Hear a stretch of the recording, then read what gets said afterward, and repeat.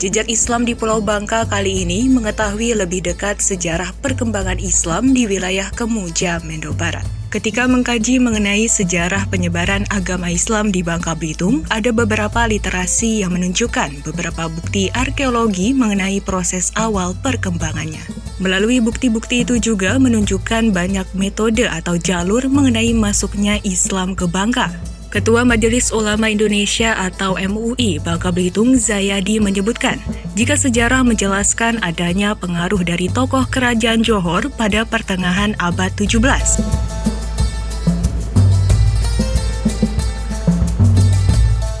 Assalamualaikum warahmatullahi wabarakatuh. Bangka Belitung memiliki sejarah panjang tentang jejak Islam. Sekitar abad 10, Islam diperkirakan sudah masuk ke Pulau Bangka. Maka dari itu, sebagai warga negara yang baik, mengenal, menjaga, hingga melestarikan sejarah dan budaya Islam di Bangka Belitung adalah sebuah keharusan. Mari, di bulan yang penuh berkah ini, kita sama-sama lebih mendekatkan diri kepada Allah Subhanahu wa Ta'ala dengan tidak melupakan sejarah. Saya, Harwendro Adityo Dewanto, mengajak seluruh lapisan masyarakat untuk mencintai dan melestarikan sejarah budaya Islam di Bangka Belitung. Selamat menjalankan ibadah puasa Ramadan 1444 Hijriah. Wassalamualaikum warahmatullahi wabarakatuh.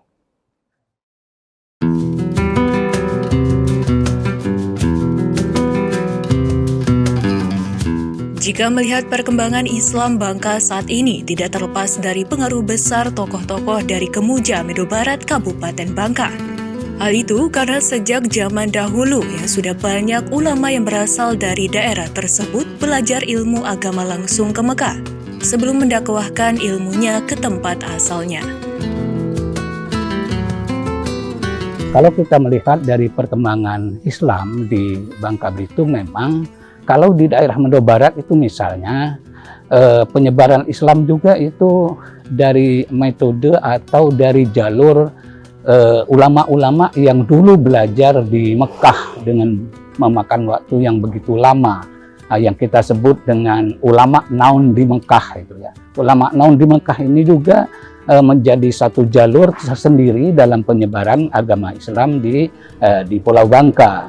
Nah, mereka ini setelah lama di Mekah, kemudian mereka belajar di Mekah dan mereka mengajar tentang agama-agama Islam. Zayadi menambahkan, dari jalur penyebaran agama Islam itu terus berkembang, hingga pada akhirnya banyak di desa Kemuja itu semakin banyak yang mendapatkan bimbingan.